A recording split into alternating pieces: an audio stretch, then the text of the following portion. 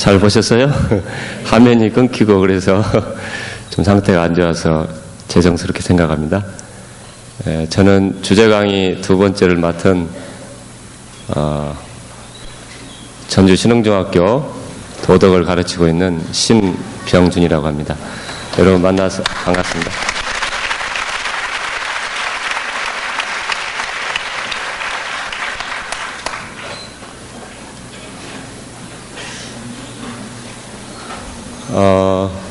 식사랑 잠자리는 편안하셨는지 모르겠어요.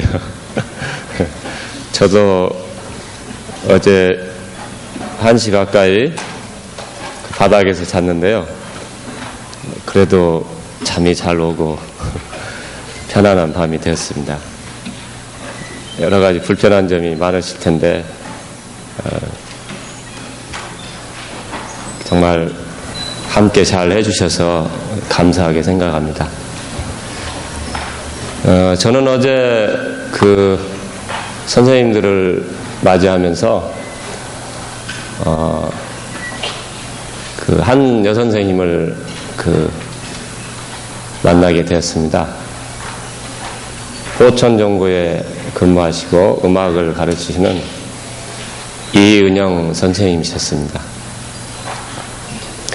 그분과 같이 숙소를 같이 가면서 어떻게 교사대에 오셨는가 이렇게 물어봤습니다.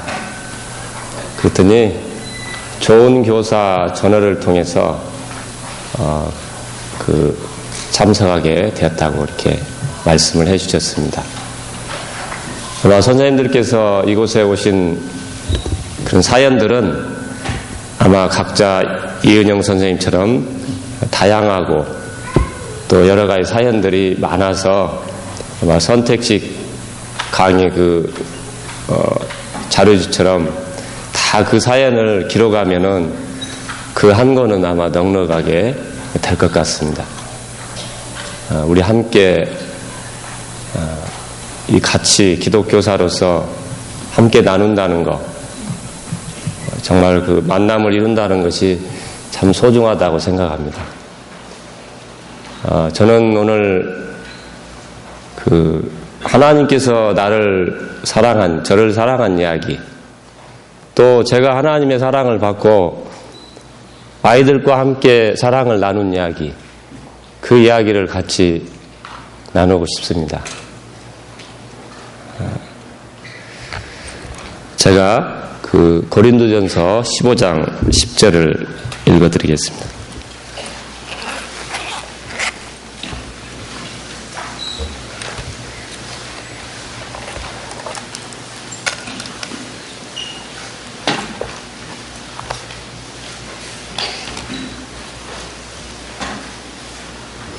같이 가지고 오셨으면 같이 한 목소리로 읽겠습니다.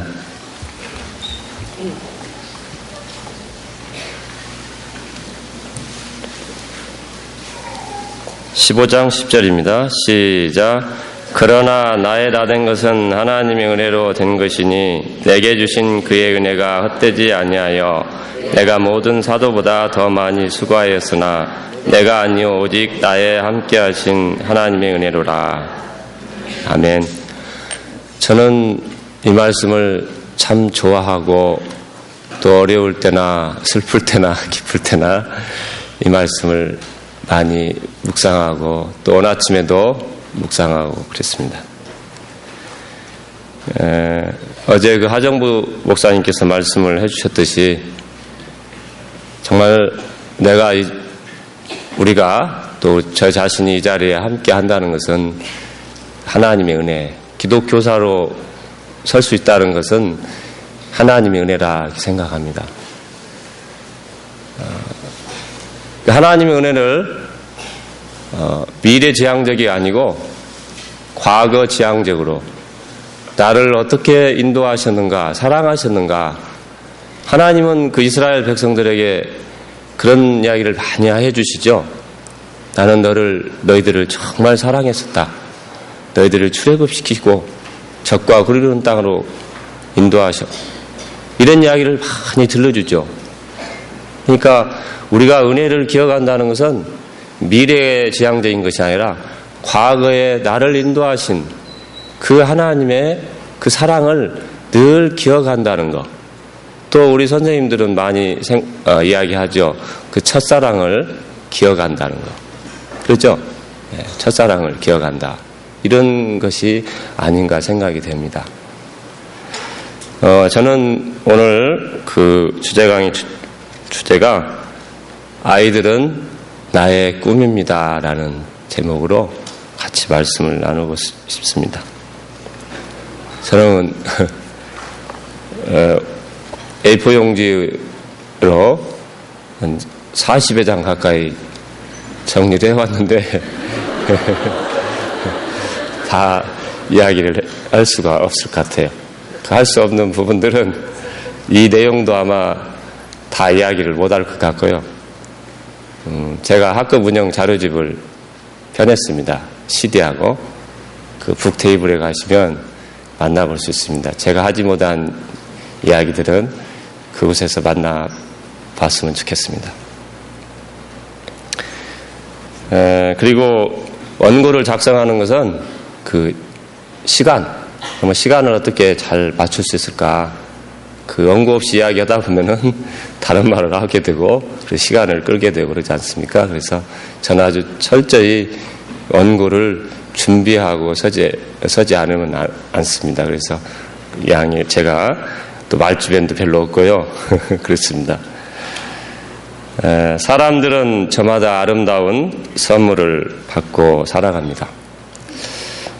저 역시 아름다운 선물을 하나님으로부터 받아왔고 지금도 변함없이 받고 살아갑니다. 그것을 의식하든 의식하지 않든 나의 곁에 있는 것입니다. 그래서 나는 비록 보잘것없고 부족하지만 받은 선물을 함께 펼쳐 보이며 함께 더불어서 나누기를 바라는 마음에서 저의 이야기를 시작하겠습니다. 제1부로 하나님의 은혜로 세우신 기독교사입니다. 희망을 숨겨놓으신 하나님은 저에게 꿈을 품게 하심으로 하나님의 은혜로 부족한 저를 기독교사로 세워주셨습니다. 하나님은 고통 속에 꿈을 잉태하시고 고통 속에서 그 꿈을 이루가도록 하셨습니다. 제 고향은 아시는 분은 아시겠지만 그 서해바다 그 격포 채석강에서 한 50분 배를 타면은 그 이도라는 섬입니다. 아마 그 비극과 한 맺힌 섬이죠. 94년 그 서해 해류 사건으로 인해서 400여 명이 수장된 그 한많은 섬이기도 합니다. 이 한 맺힌 섬 이도는 나에게 꿈을 줄 수 없는 곳이었습니다. 2살 때 바다에서 고기잡이 하시던 아버지께서는 태풍을 만나 동료 어부 7분과 함께 바닷속에 수장이 되셨고 또 초등학교와 고등공민학교 분이 없는 교육 환경이 꿈을 꾸지 못하도록 만들었기 때문입니다. 아시는 대로 고등공민학교는 나와서 다시 검정고시를 합격을 해야 중학교 졸업을 인정하는 그런 풍토죠. 불가능 속에서 저를 향한 하나님의 사랑은 꿈을 잃지 않도록 앞서 인도하셨기에 저와 선생님들은 만날 수 있었습니다. 첫 번째로 운명에서 섭리로라는 제목을 1959년 제가 2살 되던 해 무더운 여름 아버지는 사랑하는 아내와 2 아들을 남겨놓으신 채 바다의 풍랑 속에서 인생을 묻어야 했습니다. 아버지와 어머니는 운명인 듯 2분 모두 말씀을 못하시는 언어장애와 또 듣지 못하는 청각장애로 이중장애를 가진 분이셨습니다. 저의 삶은 어머니의 처량한 울음소리와 눈물을 먹으며 자랐습니다. 남편과 세 딸을 잃은 어머니의 한맺힌 울음소리를 즐기도록 제가 대학을 졸업할 무렵까지 계속되었습니다. 제 형이 바로 위에 있는데 제 형 위로 누나가 셋이 있었습니다. 셋 다 죽었습니다.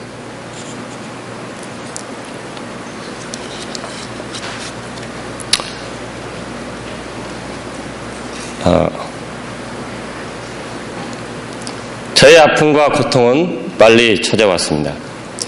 초등학교 1학년 때 교과서를 사서 공부를 해야 됐는데 교과서를 살 수가 없었습니다. 그래서 저는 열심히 그 선생님이 칠판에 써주시는 것을 베끼고 그 노트로 공부를 하게 되었습니다. 그러던 어느 날 저만 남겨놓으신 담임이신 김명수 선생님께서 쌓아오신 책보를 제 앞 책상에 놓으시며 머리를 쓰다듬어 주셨습니다.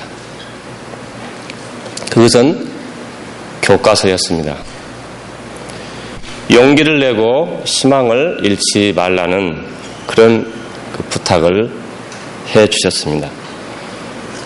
저는 그만 울었죠. 참 많이 울었습니다. 너무 고맙고 감사했습니다. 이 김명수 선생님과 헤어져서 2학년 이름을 밝힐 수가 없습니다. 이분 때문에 제가 여러 번 만날 수가 있었으니까요. 이 박모 선생님을 만나게 됐는데 어린 마음에도 저런 분이 어떻게 선생님이 되셨을까?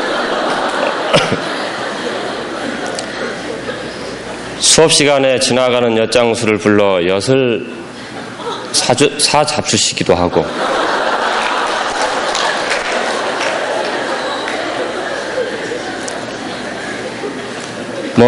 그 얘도 흠이 많지만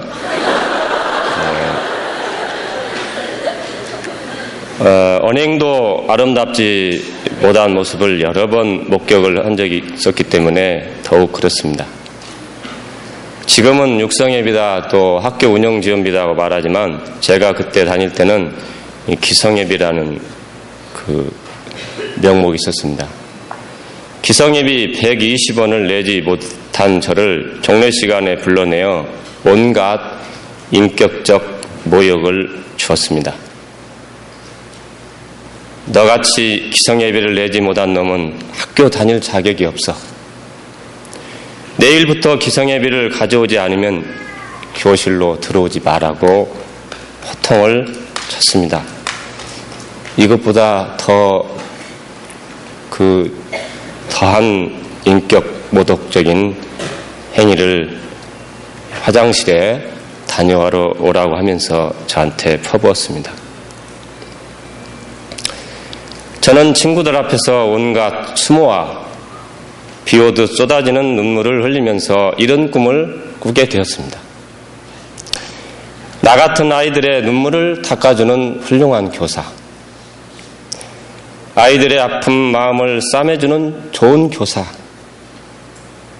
좋은 교사가 되고자 하는 그 당시로는 이루어질 수 없는 불가능한 꿈을 도전하게 되었고 그 꿈을 준 것은 하나님의 은혜라고 많이 생각하고 있습니다. 초등학교 6학년 때 이런 일도 있었습니다. 아침에 일어나니 비가 내리고 있었고 오늘처럼 억수같이 내리고 있었습니다. 아침 먹을 거리가 없어 우산도 비옷도 없이 비를 맞고 학교에 갔습니다. 저는 배가 고파 쪼르륵 소리가 들리고 머리가 어지러워 공부하는 데 집중이 되지 않고 점심시간이 언제 오나 기다리는 것이 낙이었습니다. 왜냐하면 점심때 그 가마솥 같은 큰 솥에서 찌는 찐빵 하나씩을 간식으로 급식으로 나눠 주었기 때문이 그렇습니다. 그것을 기다리는데 제가 반장이기 때문에 그 아주머니한테 그 빵을 달아갔습니다. 달아가니까 아주머니께서 빵을 숫자만큼 저희 반이 80명 정도 됐었는데 한 반이었습니다. 한 반. 그 빵을 다 나눠주시고 또 한 개를 더 주셨습니다. 너는 반장이니까 한 개 더 먹어라 이렇게 해줘서 가지고 오는데 아이들이 다 그 빵을 먹는데 도저히 빵을 먹을 수가 없었습니다. 왜냐하면 아침에 어머니도 굶고 제 형도 굶고 있었기 때문에 그렇습니다. 제가 뭐 그런 야타한 그 이야기들은 다 이제 빼버렸기 때문에 건너뛰어서 이렇게 말씀을 드리는데 그래서 저는 그 두 개의 그 빵을 정말 책보에다가 참 정성껏 싸서 6교시 수업이 마친 다음에 다시 비를 맞고 지금처럼 온종일 비가 내렸기 때문에 비를 맞고 집에 돌아오게 되었습니다. 집에 돌아오는데 저희 집이 이제 초가지붕 아시죠? 그 볏집으로 이렇게 지붕을 이형을 엮어서 그 지붕을 만드는 그 집인데 갑자기 그 화장실 저희 집 앞에는 이제 그 또랑이 이렇게 흘러내는데 그 가까이 오는데 막 울음소리가 들리는데 어머니의 뭐 아주 처량한 그 언어장애와 그 청각장애에만이 그 들리는 그런 처량한 그 울음소리가 그 제 귀에 들리기 시작했습니다. 가서 이렇게 보니까 그 지붕이 그 뚫어져 가지고 비가 그 방 바닥으로 흘러내리고 있었습니다. 그리고 그 밑에 세숫대야를 받치고 있었고 어머니가 오니까 또 형도 울고 있었습니다. 그래서 그 빗방울, 그 세숫대야에 떨어지는 그 빗방울을 바라보면서 그 우는 그거였습니다.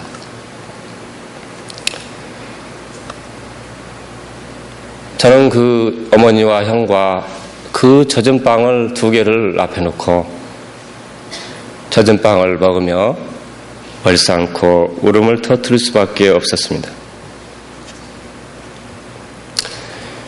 기성예비 120원을 내지 못해 학교를 그만둘 위기 상황 속에서 하나님은 무사히 저를 졸업시켜 주셨으며 고등국민학교뿐이 없는 이도에 갑자기 중학교가 설립하게 되었습니다. 선 사람들은 고등국민학교로 만족해야 했고 육지로 중학교 검정고시를 치르고 중학교 입학을 해야 하는 꿈에도 꿀 수가 없는 처지였기에 더욱더 큰 경사였습니다. 그것도 제 1년 선배부터 입학하게 되어 저는 2회 졸업생이 되는 순간이었습니다. 하지만 저의 가정 형편은 입학할 수가 없었습니다. 중학교 입학 등록금이 자그만치 2,620원. 제가 좀 돈의 숫자를 좀 많이 잘 셉니다. 이 돈에 대해서 워낙 한이 맺혀가지고 2,620원. 제 어머니 하루 품삯이 100원이었으니까 26일 품삯을 모아야 다닐 수가 있었습니다. 돈의 장벽 앞에 좌절하는 순간이었고 도저히 불가능하게 되어서 육지로 돈 벌러 가야 할 처지에 놓여 있게 되었습니다. 사실 저뿐만 아니라 졸업생 50%가 아까 80명이라고 했죠? 50% 정도가 중학교를 포기해야 했기 때문에 그렇게 크게 서운할 것은 아니었습니다.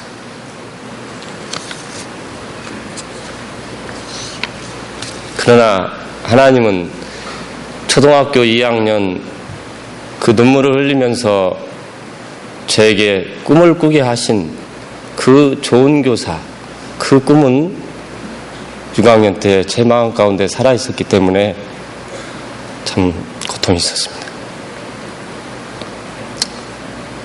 제 자랑을 좀 해야 되겠어요. 하나님의 또 다른 기적을 준비하셨는데 제가 그 초등학교 졸업생 80명 가운데 40명이 그 중학교 시험을 응시했는데 제가 1등을 하게 됐어요. 그래서 제가 사는 마을 100여호가 되는데 마을 청년들이 마을의 인재를 돈 때문에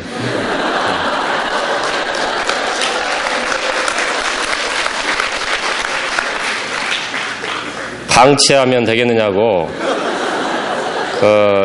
자신들의 호주머니를 털고 마을 사람들에게 호소하여 집집마다 이렇게 거들어 다녔어요. 구걸하듯이 후원을 받아가지고 등록 마감 3일 전에 3,000원을 들고 저를 찾아오셔서 용기를 잃지 말라고 격려해 주셨습니다. 이런 기적을 통해서 중학교에 어렵게 입학할 수가 있었습니다. 중학교 입학을 해도 달라진 게 거의 없었습니다. 이제 중학교를 졸업하려면 몇 번 수업료를 내야죠? 11번이죠? 1기분 냈잖아요. 냈으니까 제가 11번 수업료 내는데 10번을 집으로 쫓겨가게 됐습니다. 그때는 수업료를 내지 않으면 무조건 집에 쫓겨 보냈습니다. 담임 선생님이 그 미납자 명단을 보고 그 아침에 조회한 다음에 바로 가방은 놔두고 수업료 가져와라 이렇게 쫓아보냈습니다. 근데 무려 11번 중 10번을 이렇게 쫓겨나게 되었습니다. 그리고 이 중학교가 저희 이제 이도중학교 섬의 중학교가 교실이 2칸이었습니다. 2학년 선배들이 1칸, 또 교무실이 반칸, 저희가 반칸. 방구도 함부로 낄 수가 없고 그 가운데는 뭐가 막혀 있냐면 베니아판이 막혀 있습니다. 그래서 그런 아주 어려운 상황인데 운동장도 2분의 1은 바닷물이 이렇게 들어왔습니다. 예, 제일 어려울 때가 겨울이었습니다. 겨울에 축구를 하다가 공이 바다로 빠지는 경우가 많았습니다.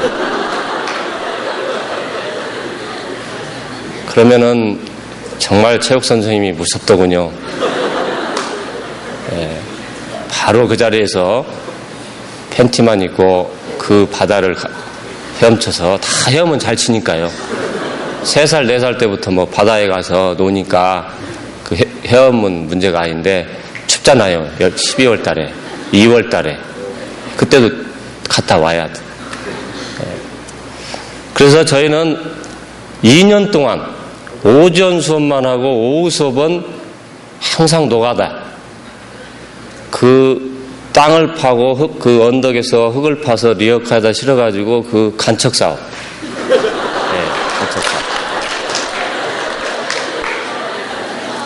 그래서 운동장 2분의 1을 만들었어요, 저희가. 그리고 아카시아 나무와 또 그 버들나무를 심고 졸업을 했어요. 그리고 공부도 제대로 못했죠. 그리고 3학년 때는 이제 고등학교를 가야 되니까 3학년 때는 빼주더라고요. 그 1, 2학년 때만 이렇게 노가다로 하고 여기 다 도장을 받아요, 이렇게. 네, 돌을 가져오면 그 20개씩을 날렸는데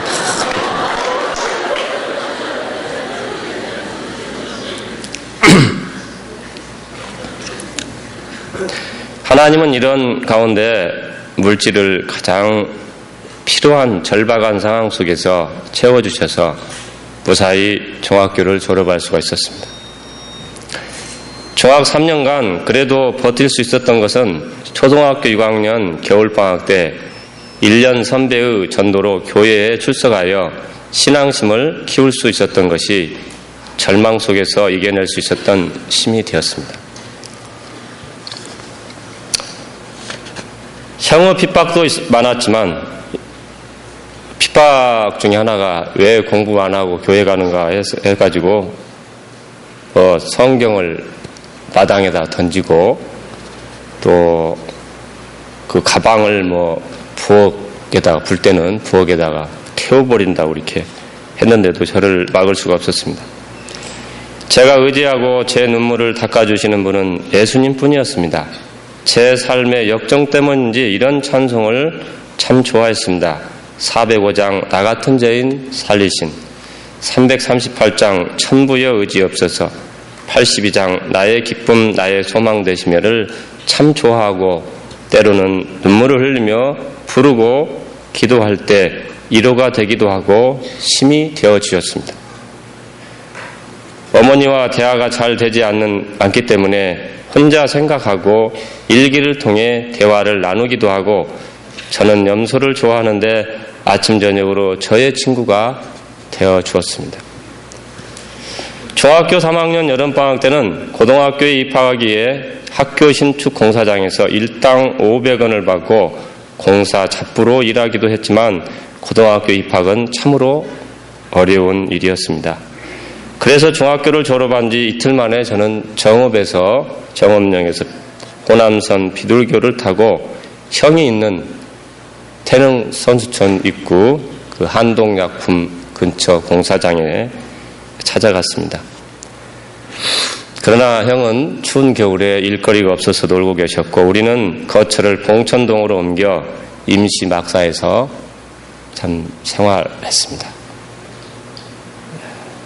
이 사연도 너무나 긴데, 참 하루 한 끼 우동 가락국수로 배를 채워야 했고, 그것도 예상으로 가게에 가서 참 사면서 그 임시 공사장 추운 곳, 연탄도 나무도 뗄 수 없는 그런 그 벽돌 위에서 이렇게 잠을 자는데, 이 배가 고프니까 참 제가 초등학교 4학년 때부터 일기를 쓰기 시작했는데요.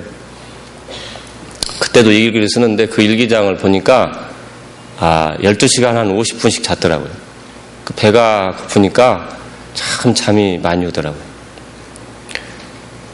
그날도 그 잠을 자다가 이렇게 깼는데 318장 예수가 우리를 부르는 소리, 그 음성 부드러워, 이 그 찬송이 그 봉천동 언덕에 있는 그 교회에서 그 앰프를 통해서 막 들려오더라고요. 근데 저는 이제 배가 고팠죠. 밥을 저녁밥도 못 먹고 계속 자고 있었으니까. 그 소리를 듣고 이제 그 교회를 찾아갔어요. 찾아가서 거기서 이런 기도를 했습니다. 이것도 제 일기장에서 본 내용인데요. 하나님, 저 아시죠? 저는 공부하고 싶습니다. 저를 고등학교에 보내주세요. 제 배고픈 것도 참을 수 있습니다. 꼭 고등학교 입학하게 해주세요. 그러면 주님을 위해서 열심히 일하겠습니다. 이런 그 가운데 신림동이라든가 또 목동, 또 가리봉동, 양계장, 또 단독주택 공사장에서 일당 800원을 받고 열심히 일하게 되었습니다. 또 저녁에는 3일체라든가 수학 문제지를 잡고 풀면서 낮에는 일하고, 추석 때도 집에 가지 않고 아무튼 열심히 일해서 고등학교를 시험 보게 되어서 전주로 인문계 고등학교 입학할 수 있었습니다. 또 돈 얘기할까요? 34,330원. 이게 고등학교 등록금이었습니다.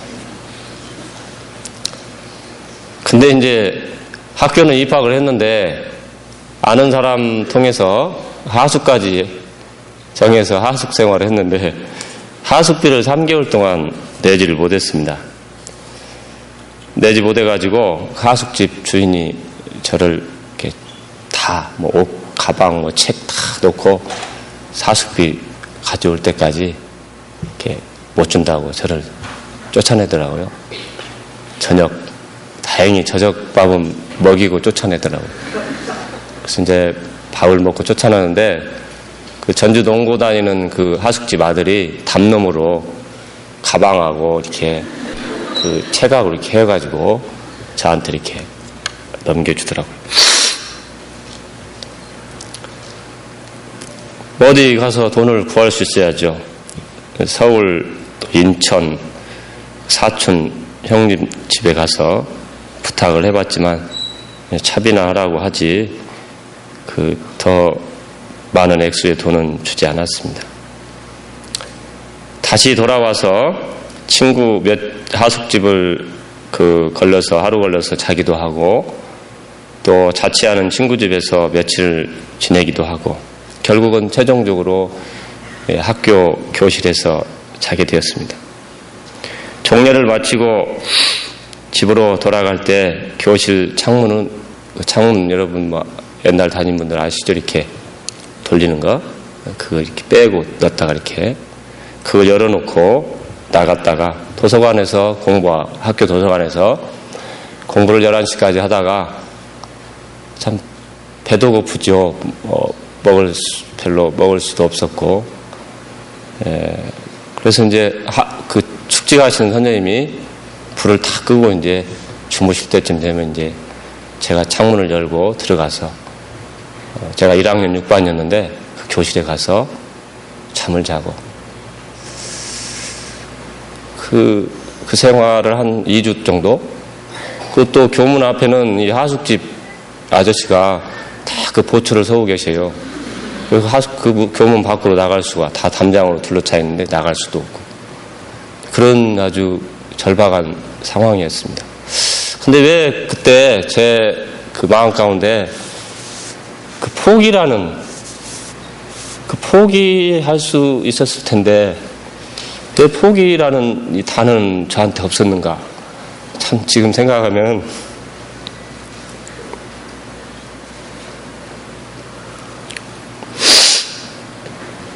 저는 그게 참 고맙고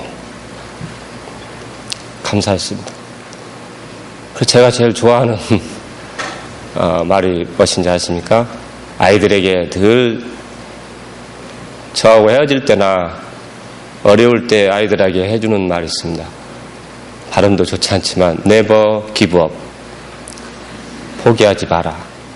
참 이 말을 참 좋아합니다.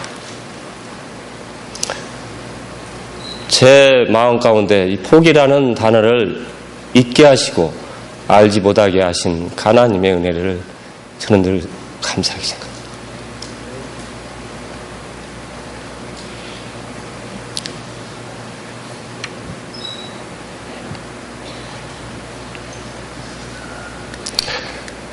하숙집 보초 아저씨도 물러가게 하시고 왜 그분이 교실까지 안 찾아왔는지 모르겠어요. 교실까지 찾아와야 되잖아요. 그러잖아요. 근데 왜 하나님은 그분을 왜 교실까지 찾아와서 저를 목을 이렇게 쥐고 데리고 와야 할 거 아닙니까? 근데도 그분은 안 찾아오시더라고요. 막으신 것 같아요. 고등학교 때도 똑같았어요. 11번을 그때는 행정실학 안 하고 서무과라고 서무실 거기에 부르면 그 서무과장이 녹음기를 갖다 놓고 언제 그 수업료를 낼 거냐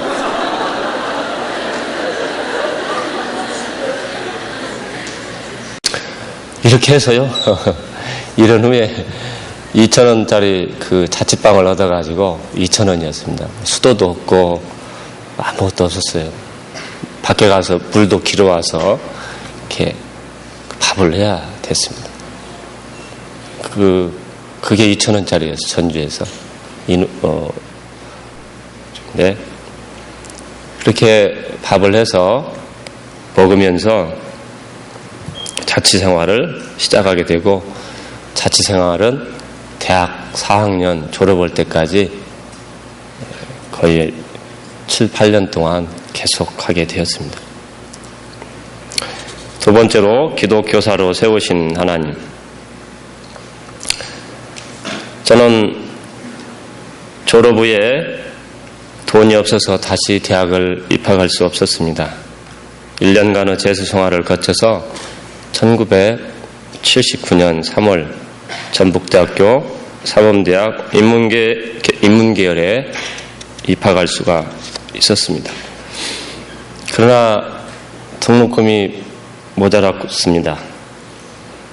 10만 원이 등록금이었는데 입학을 포기해야 할 상황에서 저하고 그렇게 친하지도 않고 별로 왕래가 없는 사촌 매형께서 어떻게 알았는지 우리 집안에 그 대학 문턱을 들어간 사람이 누구인가, 그 자네뿐이 없지 않는가, 그래서 10만 원을 탁 내놓으시더라고요. 저는 그 10만 원은 너무너무 고맙고 감사했습니다.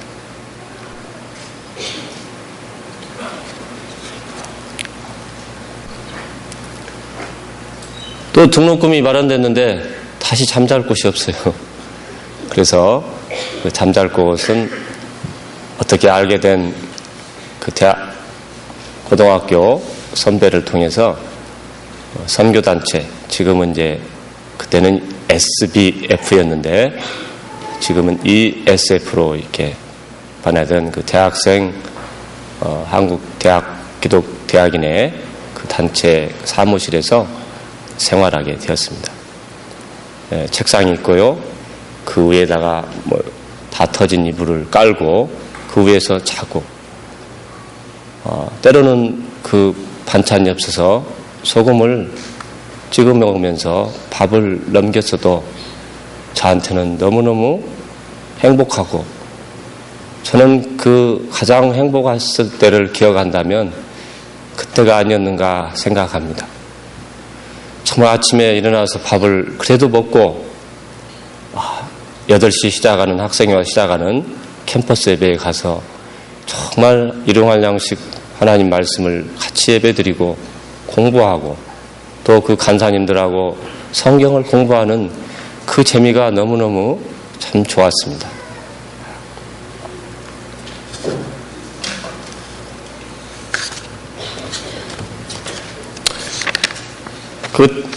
그곳에서 간사님과 요한복음을 공부하는 중에 요한복음 9장, 4월 말쯤으로 79년 되는데 정말 그때 예수님을 정말 만나게 되었습니다. 저는 사실 운명적인 인생관 속에 함몰되어 살았다고 할 수 있습니다. 부모님들의 이중장애, 나도 결혼하면 장애아가 태어날 것이라는 생각들, 이게 굉장히 저를 지배하고 있었습니다. 우리 선생님들은 이런 심정을 모르실 거예요. 그래서 제가 제일 관심이 많은 데는 바로 유전이었지 않습니까? 생물 시간에 그 유전, X 점 곱하기 X.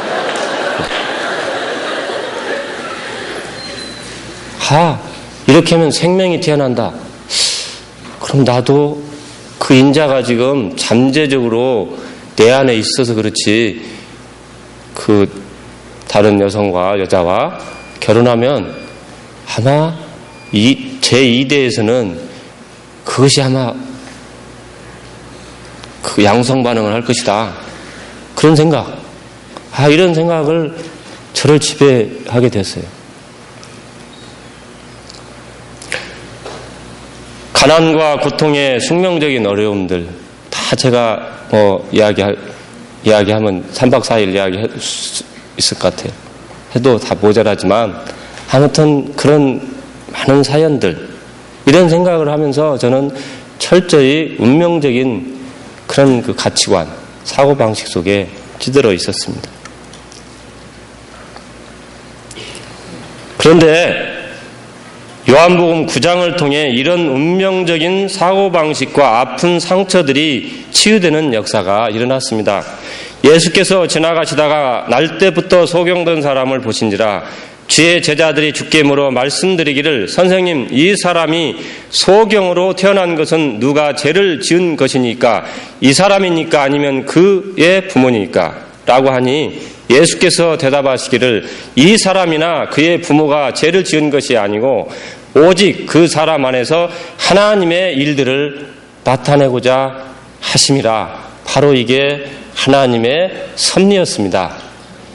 하나님께서는 이중장애라든가 저희 아버지의 죽음, 가난과 고통과 아픔들, 이런 모든 것들 속에서 하나님은 저에게 하나님의 섭리를, 하나님의 뜻을 이루시기 위해서 저와 함께 하셨다는 이 사실을 저는 영접할 때 저에게는 뜨거운, 과거에 울었던 그 눈물을 비할 바 없는 감격의 눈물을 흘리게 되었습니다.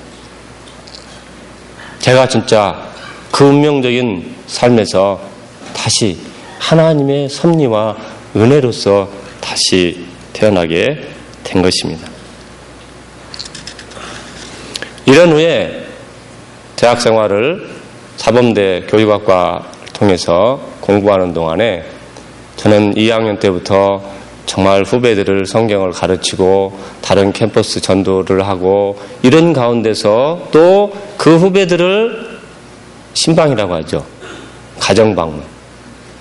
제가 이야기 좀 이따 나오겠지만 가정방문을 통해서 정말 그들을 말씀을 공부하기를 권면하고 정말 같이 수련회에 참석하기를 권면하고 아예 안 간다고 하면 가서 자고 그 다음날 데려오고 이렇게 하는 동안에 저를 하나님께서는 이 교사 정말 그 대학 후배 양무리들을 저는 양이라고 그때는 했으니까요. 하나님의 물론 예수님의 양이지만 그런 양무리들을 이렇게 성경을 가르치고 또 가정 방문하고 또 권면하고 이러면서 그 예수님의 그 목자의 심정, 그 마음을 조금씩 알아가고 깨달아가는 가운데 저는 어느 사이에 기독교사로서 초등학교 2학년 때 그 눈물과 고통 속에서 잉태된 그 꿈, 그 이루어질 수 없는 그 꿈을 하나님은 저에게 그렇게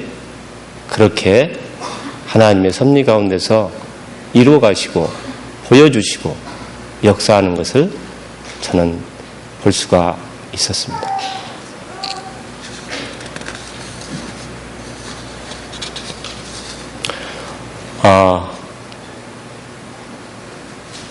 그 다음에 제 입으로 제가 그 정도로 마치겠습니다. 제 입으로는 제자들을 최고로 대접하라. 학급 운영에 대한 이야기를 조금 하고 제 3부로 가정방문과 결혼에 대해서 말씀드리도록 하겠습니다. 이 학급 운영 사례는 아까도 제가 서론에서 말씀드렸듯이 제 학급 운영 자료집이 약 190쪽 정도 자료집이 나왔는데 거기에 지금 시간이 많지 않기 때문에 다 말씀드릴 수 없고 거기를 이렇게 한번 살펴보시면 좋을 것 같습니다. 제가 학급 운영의 저의 목표는 뭐냐면 아이들을 최고로 대접하는 담임 교사가 되는 것이 저의 학급 운영 목표입니다. 어떻게 하면 아이들을 최고로 대접할 수 있을까?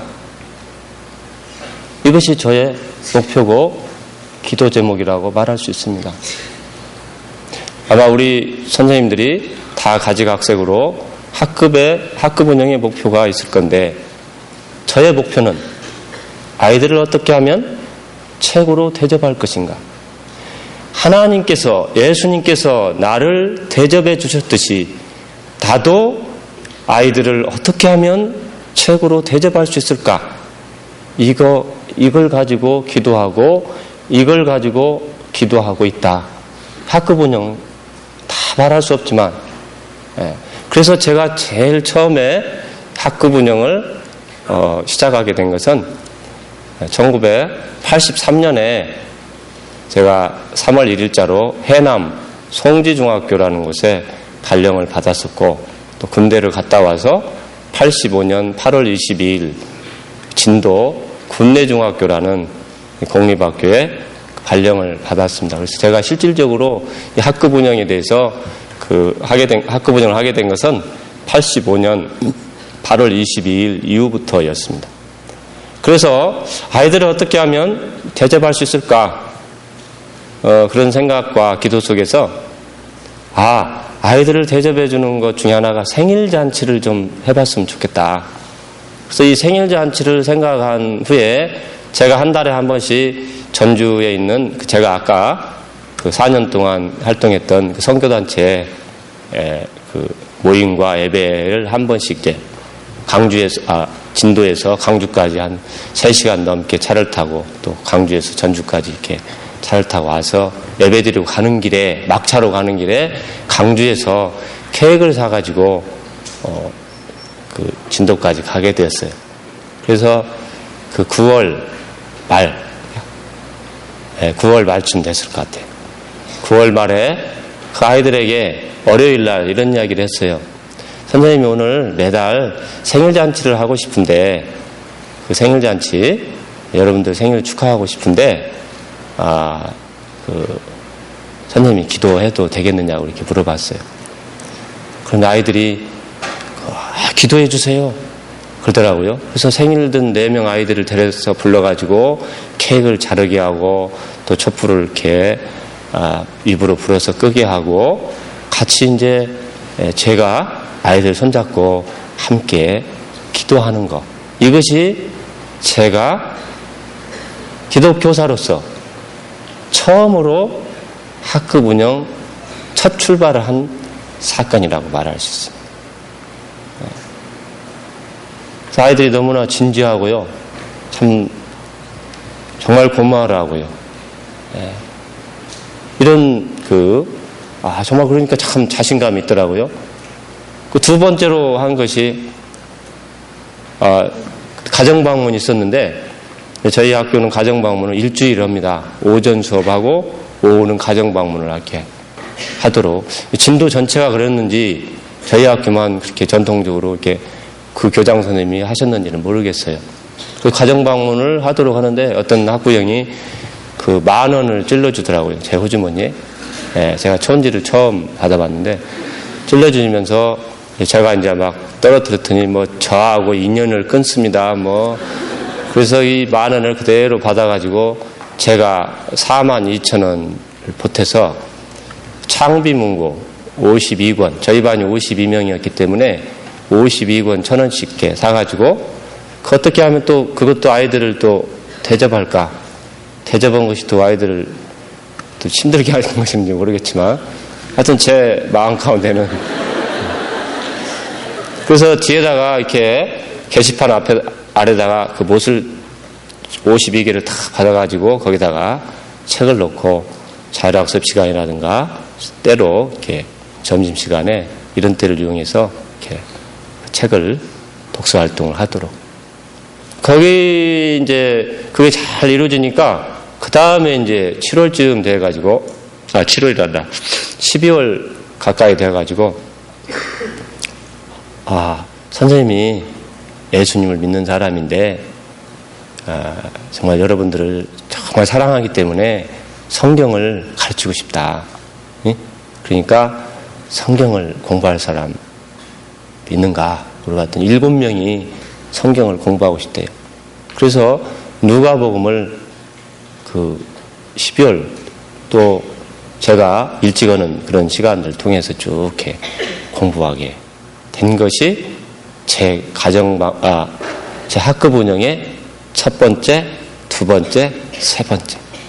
그래서 학급 운영이 정말 아이들을 최고로 대접해주는 그 교사가 되는 것이 저의 목표인데, 그 궁극적으로 아이들을 최고로 대접해주는 것은 뭐겠습니까?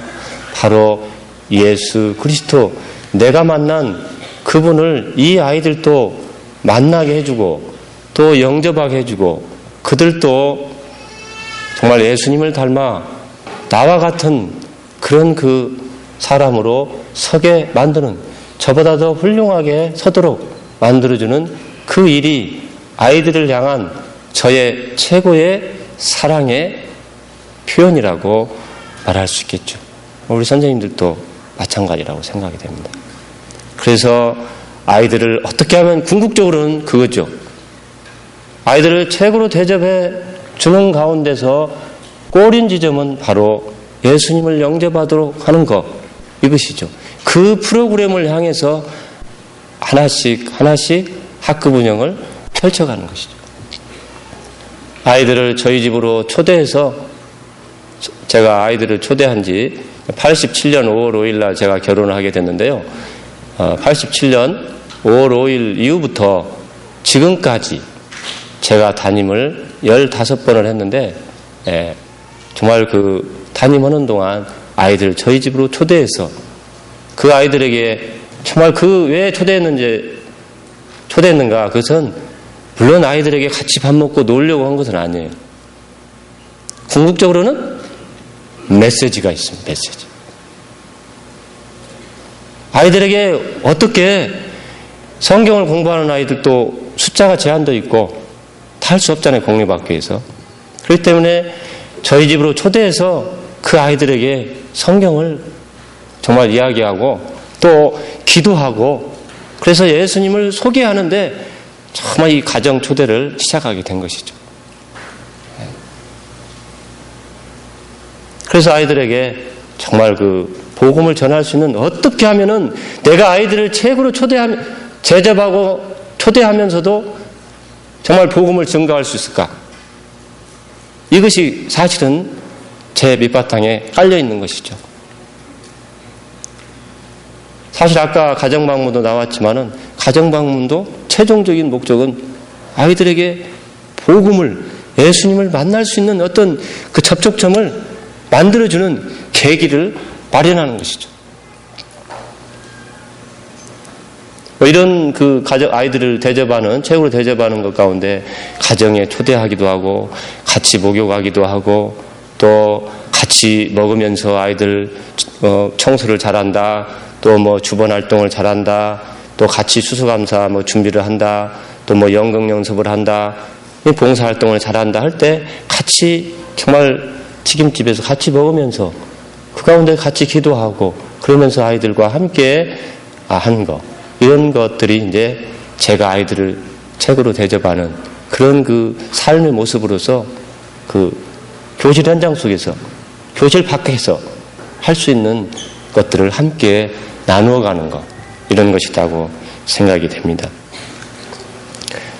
제가 이런 정도로 할 이야기는 너무나 많은데 그 정도로 정리를 하고요. 가정방문과 결혼에 대해서 제 3부로 하도록 하겠습니다. 아이들 속으로 더 깊이 가정방문과 결혼입니다. 저는 20년의 교사 생활 가운데 15년 담임을 하게 되었습니다. 어림잡아 700여 명의 아이들을 맡게 된 셈입니다. 그 많은 아이들 가운데는 저의 무관심과 돌보지 못함으로써 상처받은 아이들도 많았을 것입니다. 그러나 아이들에게 차별, 편애라는 상처를 주지 않으려고 애썼고 비교라는 상처를 주지 않으려고 했습니다. 제가 초중고 시절 돈 때문에 많은 상처를 받아왔고 아픔이 있었기 때문이었습니다. 빈부차로 인한 편애, 성적의 높고 낮음에 대한 편애, 애모에 대한 편애가 아이들이 안고 있는 아픔이요 상처일 것입니다. 각양각색의 문제를 안고 살아가는 아이들의 상처를 싸매주고 보듬을 수는 없었습니다. 토벽을 하는 아이, 지각하는 아이들, 싸움질하는 아이들, 포르노를 본 아이들, 가출한 아이들, 담배를 피우는 아이들, 친구의 인격을 파괴하는 왕따를 시키는 아이들, 공부를 하고 싶지 않은 아이들, 수업 시간에 잠자는 아이들, 성적이 낮은 아이들, 꿈이 없는 아이들, 부정행위를 하는 아이들, 욕을 잘하는 아이들, 장애 아이들, 부모가 이혼한 아이들, 게임 중독에 걸린 아이들, 거짓말과 변명을 일삼는 아이들, 청소를 하지 않는 아이들, 학교 교칙에 따르지 않는 아이 등 갈수록 문제는 확산되고 새로운 문제 상황이 발생하는 것이 오늘의 교실 현장입니다. 그러나 하나님께서는 그때마다 아이들의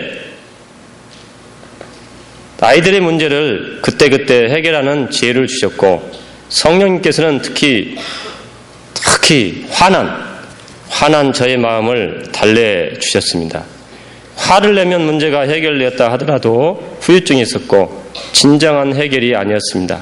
혈기왕성한 20대보다 조금씩 인내하는 마음을 더하여 주신 것이 하나님께 감사를 드리지 않을 수 없습니다.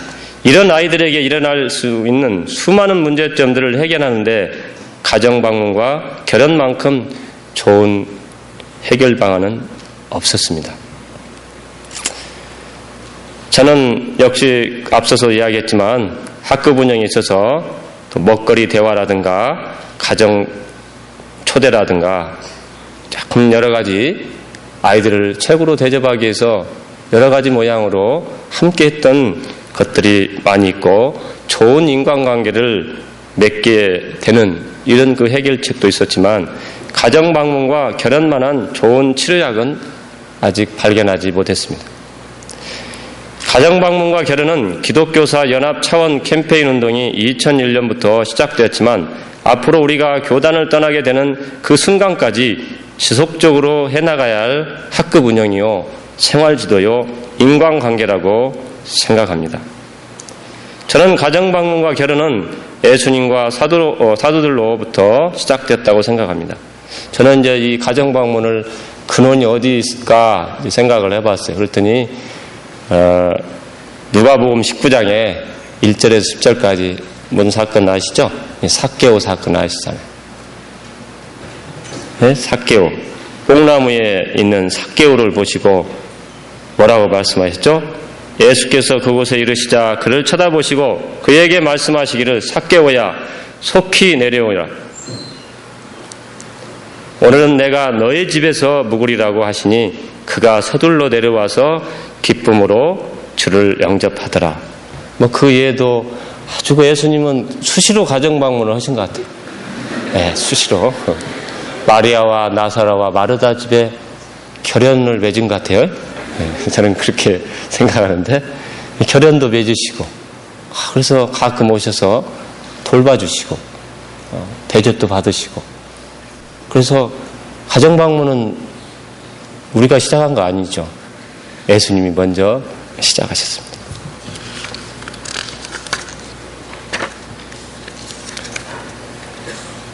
사실 사도 바울도 3차 전도 여행을 했고 로마도 방문해서 감옥에 들어가 있었지만은 사실 사도 바울이 3차 전도 여행한 거 그 근원은 다 가정 방문이잖아요.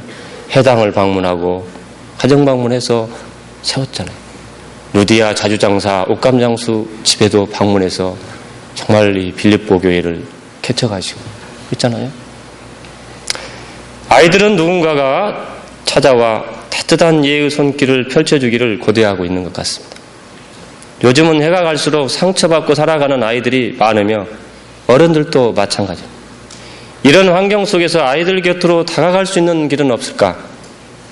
딱딱한 교무실에 마주보며 환경조사서, 나의 속에서, 생활기록부, 주민등록 등본, 개별 상담 등 담임교사가 학생을 이해할 수 있는 자료나 방법은 얼마든지 있습니다. 하지만 학생이 쓰는 책상, 집안 분위기, 부모님의 교육관, 부모와 자녀의 관계성, 가족 구성원들의 신앙 상태 등을 빠뜨린 채 이루어지는 담임교사의 학생 이해가 온전할 수 있겠는가 생각이 듭니다. 저는 12년째 그 가정방문을 했고 올해도 어김없이 가정방문을 했습니다. 때로는 교장, 교감 선생님의 만류도 있었지만 제가 정말 그런 분들의 그 만류를 무릅쓰고 아이들 곁으로 찾아갈 수 있었던 것은 바로 아까 제가 언급한 대로 정말 이 가정방문만큼 아이들을 더 깊이 이해하고 보듬을 수 있는 그 길이 정말 없다는 거죠. 더더욱 도시에서는 더더욱 그렇습니다.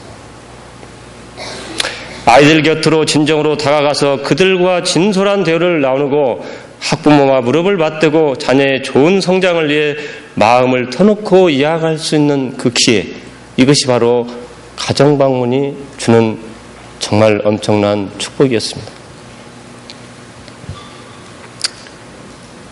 85년부터 87년까지 3년 동안 전남 진도 군내중학교에서 제가 가정방문 담임을 하면서 한 사연을 드리고 시작하겠습니다.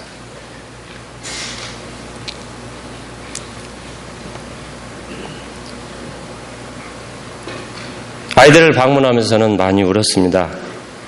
아이들의 손을 잡고 울 수 있다는 것이 아이들에게 큰 위안이 되었습니다. 졸지의 울보 선생님이 된 것입니다. 시원한 물을 한 대접 마시고 세수하고 다음 아이들 집으로 가기도 했습니다. 진도라는 섬이 제가 태어난 이도와 너무나 흡사했습니다. 저희 반 아이들 가운데 10여 명 이상이 아버지가 안 계셨습니다. 근데 이 가정방문을 하면서 보니까 정말 그 어머니가 계셔야 되겠더라고요.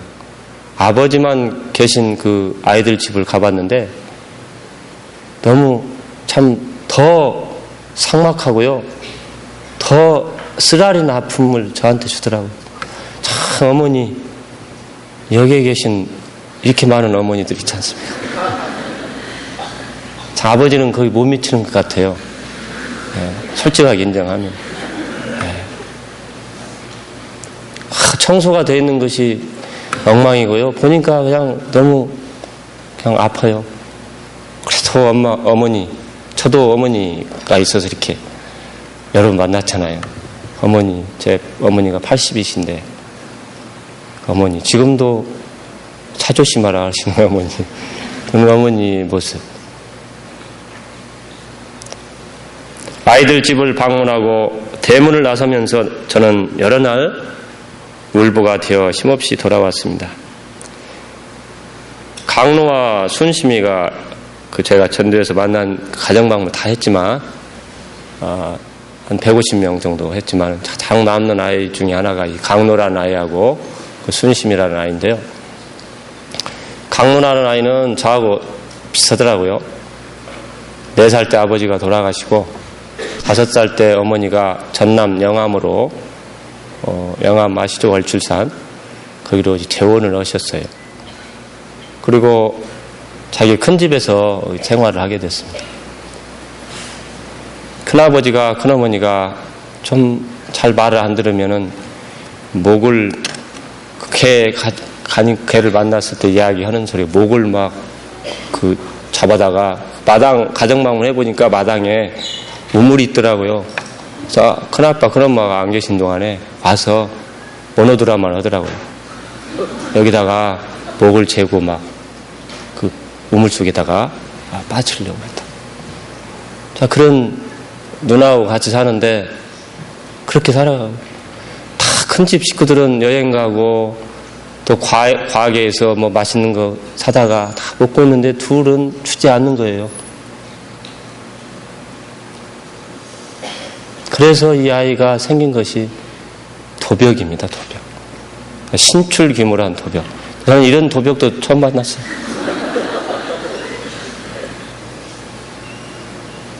얘가 생활하는 곳은 제가 그때 만났을 때 농촌에 가을거지가 끝나면은 볕단을 쌓아서 이렇게 놓지 않습니까?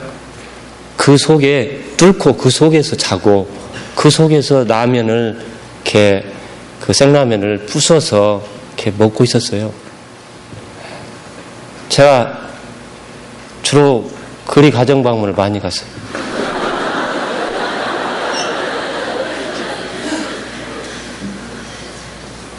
그래서 이것은 이제 가정방문과 결혼이 동시에 이루어진 사건인데요.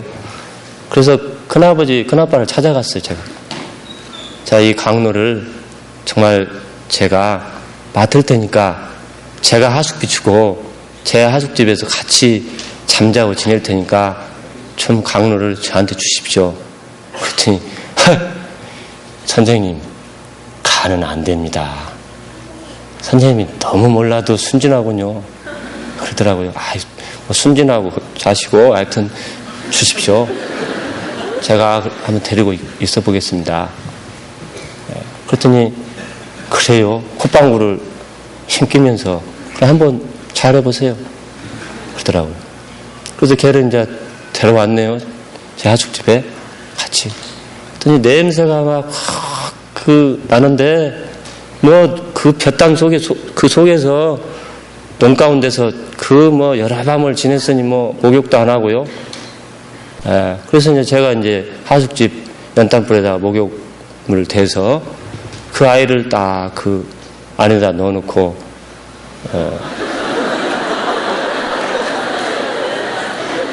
연탄불에다 놨다고 그랬나요?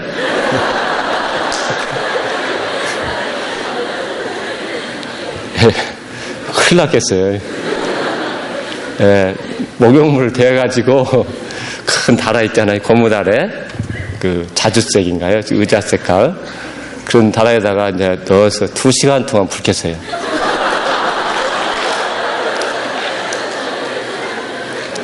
두 시간 동안 이렇게 불을 켜가지고 벗겼어요. 이렇게.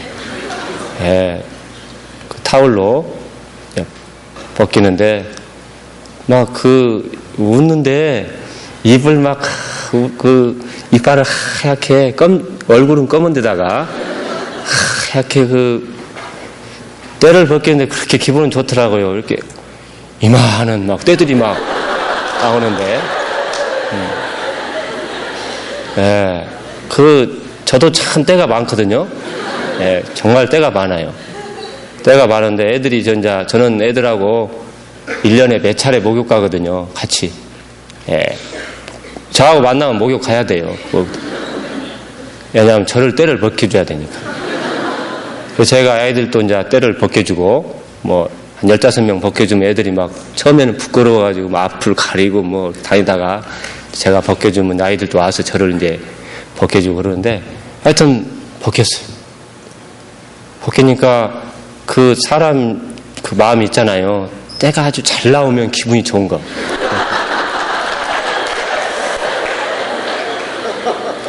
그래서 이제 목욕하는 시간이 한 3시간, 벗기는 시간 1시간 이렇게 벗기고 이제 비누 칠해주고 이제 그러고 이제 하숙집에서 밥을 먹고 이야기하다가 너무 피곤했나 봐요. 한참 자는데 뜨거운 물체가 제 배 위에 올라와요. 그래서 이제 따뜻하더라고요. 그랬더니 뭐라고 말하냐면, 선생님 가슴은 참 따뜻하네요. 이 강로가 하는 얘기예요. 그래? 따뜻해? 예. 그래. 많이 만져.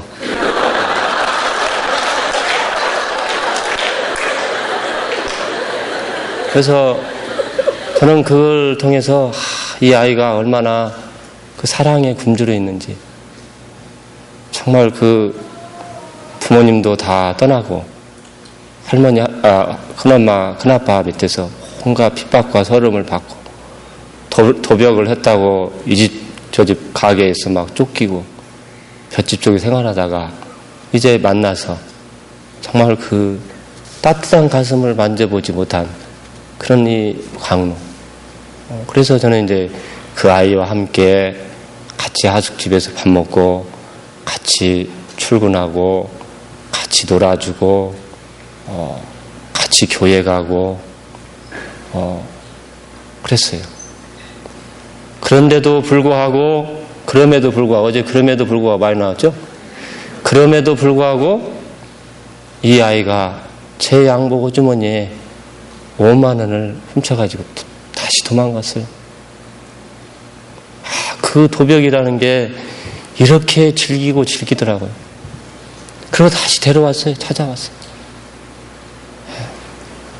그리고 다시 저하고 같이 있었고, 또 그 아이에게 뭔가 보람을 주기 위해서 교장 선생님부터 모든 선생님들의 그 구두를 다 닦게 해서 닦으면 500원씩 이렇게 제가 받아서 이렇게 통장에 넣고 이렇게 참 생활을 했습니다. 그래도 빈 체육 시간에 걔가 아주 체육 시간을 노리는데 체육 시간에 또 훔쳐서 가고, 그리고 저는 또 찾아가서 데려오고. 이런 인연을 그 아이를 보듬었어요. 근데 결국은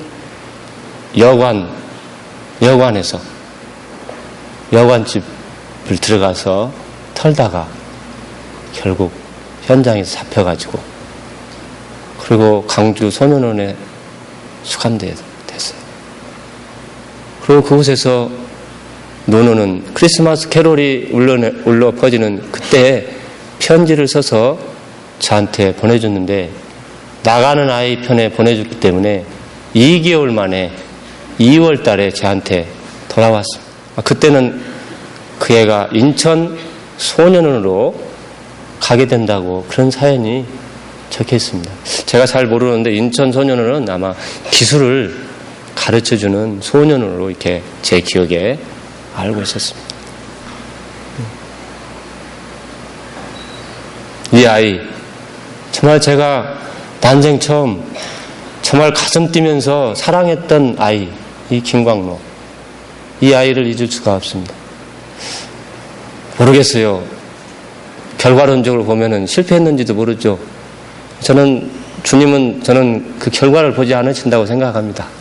그렇기 때문에 우리가 이렇게 있는지도 모르지만 저는 제가 사랑할 수 있는 만큼 그 아이를 그 예수님의 사랑으로 보듬으려고 했죠. 또 이 순심이라는 아이, 그 강누라는 아이는 구로동에서 4년 전에 전화가 왔어요. 정말 그때 그 전화 받을 때 감격. 아시죠? 알겠습니까? 너무너무 기쁘더라고요. 선생님, 정말 선생님 은혜가 너무 큽니다. 잊지 않습니다. 저 열심히 기술 배워서 직장생활 잘하고 있습니다. 그 한마디가 저를 아주 그냥 가슴을 쓸어내리게 했습니다. 그 순심이 만났습니다. 순심이는 제가 가정방문한 다음날 3월에 그 86년 3월 28일 날 아침에 교무실에 가니까 누가 와 있어요. 와서 훌쩍훌쩍 울고 있어요. 보니까 순심이에요. 보니까 뭔 쪽지를 이렇게 손으로 구구르고 폈다 그래요. 그러더니 담임 선생님을 줄까 말까 그러더라고요. 그래서 줘봐.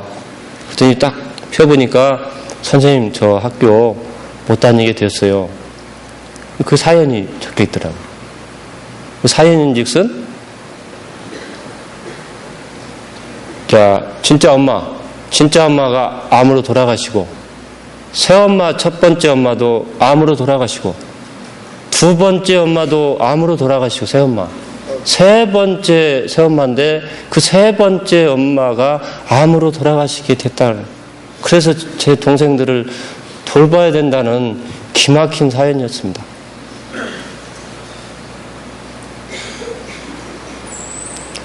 저는 그 편지를 읽고 순심이를 잡고 정말 제가 그 교무실에서 누가 교감 선생님이 있었는지 어쩐 그 기억도 안 나고요. 그 아이 잡고 울고 기도했습니다. 그러면서 순심아, 제가 해주는 말이 있죠. 포기하지 마. 너는 그래서 다녀야 돼, 학교를. 선생님 정말 도와줄 수 있는 일은 다 해줄게. 할 수 있는 일이라면. 그래서 얘가 학교를 안 다닌다고 갔어요. 가방을 가지고. 그리고 그 다음날 또 다시 왔더라고요.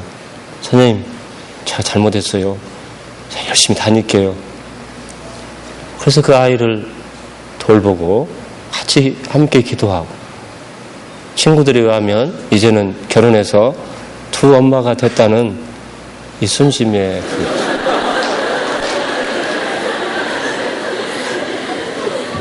두 딸의 엄마죠.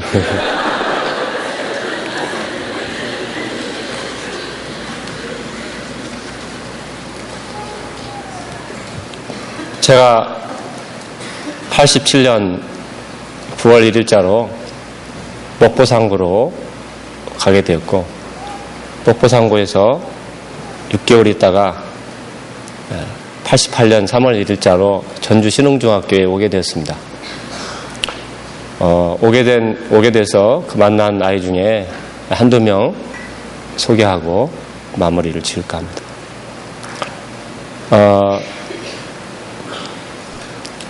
제가 90년에 만난 아이들 가운데 현일이라는 아이가 있었는데, 이 아이는 알코올 중독자인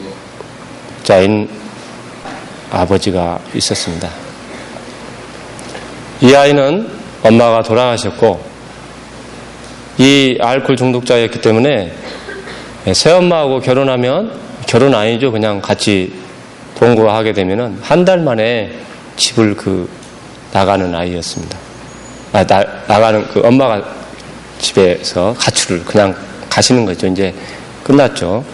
또 두 번째 새엄마도, 세 번째 제가 만난 그때 가정 방문했을 때는 네 번째 그 새엄마가 들어오셨습니다. 근데 이 알코올 중독이기 때문에 술을 사오라고 하는데, 안 사오면 애상으로 안 사오면은 그 집 앞에가 전매청이 있어요. 태평동이라고 전매청인데, 그 앞에 추운 겨울 12월 1월도 맨발로 팬티바람으로 자기 자식을 세워놓는 그런 아버지였습니다. 이런 현일을 제가 맡게 되었고 가정 방문 가게 되었습니다. 저녁에 가면 만날 수가 없어요. 왜냐하면 술 마시러 돌아다니라고 없어요. 그래서 아침 6시에 가정 방문을 여러 차례 방문했는데 만날 수가 없어요. 3번인가 갔는데 만날 수가 없고, 아침 6시에 갔더니 누구요? 하고 이렇게 밀창문을 여는데 담배 냄새와 또 들어오시라고 하는데, 들어가서 보니까 이웃들이 소주병 5개가 거기 날려 있는데 아주 그냥 쾌쾌한 냄새가 확 문을 열자마자 왔어요. 이래서 현일이가 가출하고 또 고통당하고 있구나, 이런 것을 보게 되었어요. 참 이런 아이들, 정말 누군가가 보듬어야 하고 그들의 상처를 싸매야 하는 이 아이들, 제가 오늘 정말 가지고 온 아이들은 너무너무 많습니다. 그 사례가. 시간이라는 제약 때문에.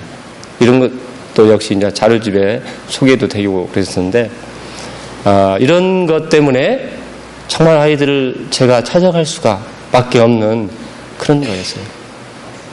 오늘 이번에 2002년에 만난 아이 하나 소개하고 마무리 지을까 합니다. 이 아이는 참 힘든 아이입니다. 어떡하면 아프다고 조퇴하고, 조퇴해달라고 올 때는 늘 눈물이 글썽거리고 옵니다. 1학년 3반이었고 제가 이제 2학년 담임인데, 2학년 제가 5반인데 1학년 때도 거의 습관적으로 그래 왔다고 그래요. 그래서 소문이 그냥 쫙 퍼졌어요. 이 아이에 대해서. 고영문이라는 아이인데, 그래서 애들하고도 인간관계 참 안 좋아요. 자기가 두레장을 한다고 정말 서운해놓고, 아이들하고 뭐 이야기하면 자기 주장하고 안 맞으면 그냥 그 회의석상에서 박차고 나와가지고 얼굴 벌켜가지고 막 씩씩거리고 그런 아이였어요. 이 아이를 어떻게 좀 잘 보듬을 것인가. 그래서 이렇게 그 아이하고 따로 만나서 대화를 하기 시작했어요. 대화를 하는데 이제 이야기가 서서히 풀리기 시작했습니다. 자기를 낳아준 엄마는 낳은 지 100일 만에 가출하시고, 초등학교 1학년 때부터 지금까지 새엄마가 4번째 새엄마였습니다. 그러니까 100일부터 초등학교 입학하기 전 얘가 잘 기억을 모를 때는 몇 분이 다녀가시는지는 모르겠어요. 근데 세 분은 자기가 싫다고 하면은 아빠는 여지없이 그 새엄마를 내보내셨어요. 그러니까 이 아이는 그 가정에서 완전히 주도권을 가지고 있었어요. 자기가 새엄마를 내보낼 수 있는 주도권. 그 아빠는 그 주도권에 아멘으로 응답하시고 보냅니다.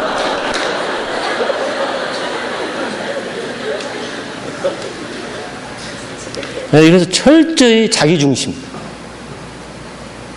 그 자기가 이야기하는 것은 모두 다 통과하는 것으로. 가서 의뢰에 가서 아프다고 눈물을 탁 흘리면은 조퇴해 주는 것으로 알고 있는 아이. 자기 주장을 앞세운 아이. 그래서 이 아이를 제가 보듬을 수밖에 없었습니다. 그리고 이 아이하고 같이 저하고 같이 방문했는데 봉동에 있는 백제 전문대 그 앞에서 음식점을 하고 있는 새엄마와 그 엄마를 만나러 가게 됐어요. 버스를 2번 타고 가면서 많은 대화를 하게 됐습니다. 차를 기다리면서 차 속에서 거의 그 애하고 저하고 이야기한 시간이 한 2시간 반 이상 하면서 그 마음, 그 깊이, 그 아이의 그 고통, 아픔, 그 속으로 들어갈 수가 있었습니다. 그리고 꿈이 없는 그 아이, 그래서 제가 꿈을 갖게 해줬어요. 너는 참 미술 수행평가를 보니까 참 미술 그 그림을 잘 그리더라. 얘가 평균 28점이에요. 그래서 너는 참 그 미술 방문에 재능이 있는데 지금부터 시작해보자. 늦으니까 7월 22일부터 시작했으면 좋겠다. 지금 시작을 하고 있을 것 같아. 아무튼 여러 모양으로 또 우리가 아이들을 정말 사랑하고 아이들을 최고로 대접하고 아이들 곁으로 함께 할 수 있는 그것은 궁극적으로는 제가 아까 말씀드렸지만 학급 운영을 통해서나 또 교과를 가르칠 통해서나 가정방문과 결혼을 통해서나 모든 것을 통해서 궁극적으로는 바로 예수 그리스도 그분을 만나게 하고 그분과 함께 동행하며 그가 앞으로 당할 많은 어려움과 고통을 그가 스스로 이겨내고 극복하고 정말 아름다운 삶을 살아가도록 만들어주는 것. 이것이 우리 기독교사에게 주신 하나님의 아름다운 선택, 아름다운 사명. 그것이 바로 우리 민족에게 우리들을 세우셔서 허락하신 국민에게 희망을 주는 교사. 정말 아이들에게 희망을 주는 교사로서의 모습이 될 때 학부형들에게 희망을 안겨줄 것이고 또 우리 7천만 민족에게 제가 한영사에도 이야기했지만 줄 수 있는 이것이야말로 정말 우리가 품고 정말 살아갈 수 있는 그리고 가장 아름다운 일이라고 생각이 됩니다. 그래서 저는 가장 아름다운 직업 그것은 기독교사가 아닌가 생각합니다. 바로 우리 선생님들과 제가 이런 모습으로 부족하지만 하나님으로부터 부름받았다는 사실 이것이 바로 고린도전서 15장 10절에 나의 나된 것은 하나님의 은혜라 제가 기도하겠습니다.